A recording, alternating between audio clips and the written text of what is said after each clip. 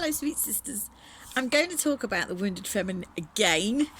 There is so much to say about the wounded feminine, and I'm realising that there is so much to talk about the wounded feminine is because all of us are experiencing a wound, a big wound, in lots of different complicated ways inside of our feminine essence. And so we've got to talk about it, so we've got to get it out there, and we can begin then to start to identify it and heal it. So in this video, I want to talk really about the wounded feminine in the context of expectations. And this is going to be quite controversial and maybe a little bit hard-hitting. Some of us may have thought of these things before. Maybe some of us haven't. I'm not sure where you're at, but I'm hoping that it's going to resonate with your inner she. That's really what I'm after. So when we talk about expectations, what I'm really kind of getting at is that place that we follow on as women, as girls, into what is expected of us. And the most basic thing that we are expected to do in our society is to grow up and become wives and mothers. And really, there is this unsaid social pressure if we choose another path, or if it just doesn't happen for us that way. And I just want to say that whatever we choose in our life as a woman, that does not lessen our womanhood. And it does not lessen our femininity. So those of us that find ourselves without a life partner and without children, and either by design or by choice, that is absolutely fine and okay. The expectation that we have in our own hearts needs to just be clarified a little bit. And what we have done in our formative years very often is we've got this idea that we have to follow a pattern in life, that we grow through our school years, that we get a job, we learn to drive a car, we go and we find a life partner, we have children. And everybody is running on those same expectations. But no one is talking about, as far as I can see, the divine purpose element. And that, in my mind, is the most important thing, because we, don't forget, are called and chosen and handpicked by the universe for some sort of divine purpose, which is going to look very different in each of us. And our job as spiritual beings in a female body is to find out what that is, unpack it, work with it, and go with it. And if we can find that place where we understand what our divine purpose is and begin to live in it, I know for sure that we find fulfillment. And it really is that simple. I'm talking about it in very simplistic terms because it, in its basic form, it is that simple. And what we tend to do is we go along this other path of got to have this in place, and the spiritual side and the understanding side of who we are comes much, much later, after we've done the expected thing. And I want to challenge our hearts, especially for girls who are in their early 20s, say up to 25, to really think about the things that I'm bringing, and to really work with these things, because us older girls, we could tell you and with our hearts full of love advise you, and from our own experiences, that we wish we'd done things differently. We wished we'd waited to have children, or we'd wished we'd waited for a different man to come along. But we were on this track of expectation and having to fulfill other people's life plan for us in this expected world to make us feel like we fit into this world. And we put all of that divine purposey stuff on the back burner to the point where it doesn't really exist. we've grown up in this. If I can get these building blocks of my life sorted out first, then everything else will fit. And whilst that might be true, a better way I feel of addressing this is to look at ourselves in our early 20s and really find out who we are then in terms of our divine purpose, and start to align ourselves into the right place where these things can be fulfilled in our hearts, and we can start working them out, working them through our lives, and making appropriate choices based on our understanding of what our divine purpose is at that point. Okay, so this is my challenge to you, that we would become mature enough to be able to hear this, and to make sure that our life plan, our career, our choice of partner fits in to where our inner she is at, rather than our inner she having to fit round all of those things, because this is the tension that us older chicks, we find ourselves in. And this is why we get to mid-40s, and many of us, we've done our kind of hands-on child rearing days. We've done with our babies and our toddlers. Our children are grown and flown, or at the very least they are teenagers now, and we've got a little bit more time to ourselves, and we're looking around, and we are now saying to ourselves, what is my divine, why am I here? What is my divine purpose? And we're coming to that point after the fact, and we're looking at our lives and thinking, hang on a minute, something not quite right here. And so many of us at this point have an awakening. We have a relationship breakdown, or we have a mental breakdown, or something, a crisis occurs. Maybe we have another thing happen, we have a health issue. All kinds of things can bring us to this place where we now start to have to say and address within our inner she, what is my divine purpose? Why am I here for?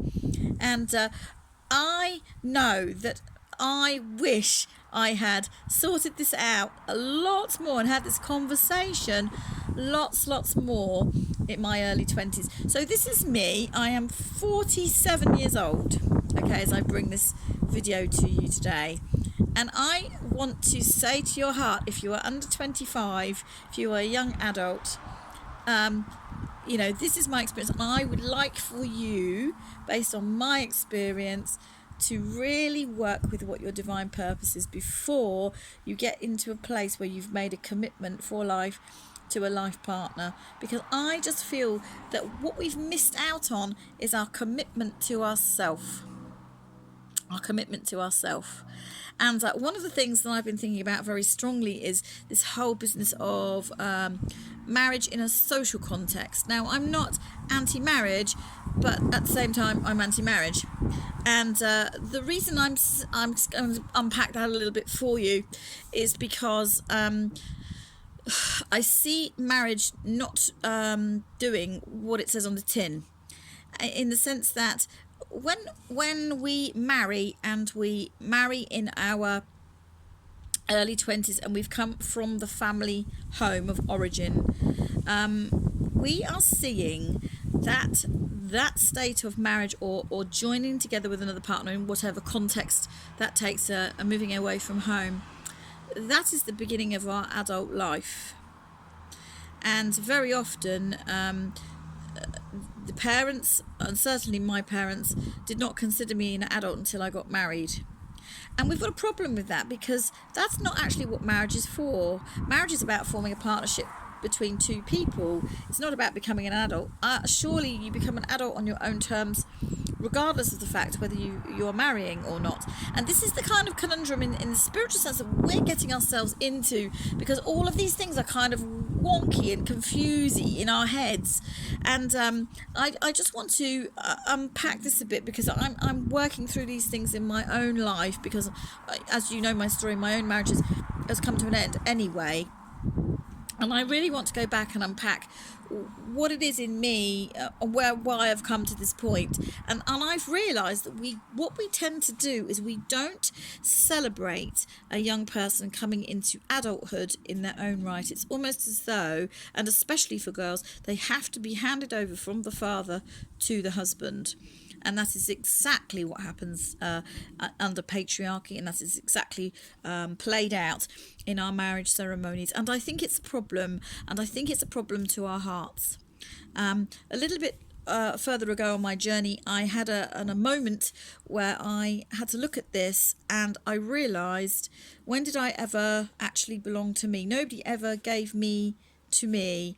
And that is a problem, because what's happening is I've been passed over from one family to another almost, into my husband's hand, and the expectations change, but I'm still running on expectation. And I'm sure if you're my age or older, that you would find the same thing. We're running on expectation of how to behave in our new role. But who am I really?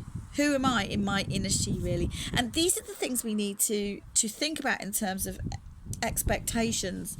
So I want to bring this to our table, and I want us to think about it, because this kind of expectation that we fulfill as women in our society to be good wives, good mothers, following along the accepted path, has produced a wound, a huge wound. And it's certainly produced a huge wound in me. And if I can identify it in me, I know that I'm speaking to the core of my sisters as well. And the wound is, like we just said, how far do I belong to me? And I know now, I've come to a place where I understand that I have to belong to me all of the way, because I am me. Do you see what I mean? And I had a revelatory moment when I realised this is actually the situation that I'm in. And you come to a moment when you don't even realise that you've been sitting under this whole deal, and this whole deal, I believe, has got to change. If we are to rise up as women, we have to understand where we've come from on our pathway as women. And in a sisterhood where we gather together, part of our job when we are together is to celebrate each other, and I love that. And I honestly feel that I want to even in this video, release you into your adult, female, feminine persona, because maybe you've not had that. Maybe you've not had a place where you can identify in your life, this is the line under my sand, which means I've moved from childhood into adulthood. It just kind of drifts on by, and we come to some kind of revelatory place on it. Or we just bobs along, or we get married, and we're no longer a child. Now we're a married woman, or a woman with responsibilities, or a mother, because we've done the labour and the birth. And I want to say that you are a woman of your own design and your own making. You stand in your own shoes as a feminine female being, and you're fully woman. Fully woman. You are not girl anymore. You are girl because you're female, but you're not child girl. You're woman girl. Okay, so this is really what I wanted to say, and I want us to go on a journey with this idea about expectations. What expectations have we been under as women that we feel we have to fulfill in order to fit in this world, with our social peers, with our understanding of what it is to be feminine and female? Because we really need to look at these things very, very clearly, very, very deeply, and we need to come to a healthy place on it for ourselves. And I'm really, really interested in hearing your views and knowing your hearts on it, because this is just so exciting to me, and I believe that we open the discussion, we can grow together, and I would love us to do that. So I want to bless you and love you, and we will chat about this lots on the page, I'm quite sure.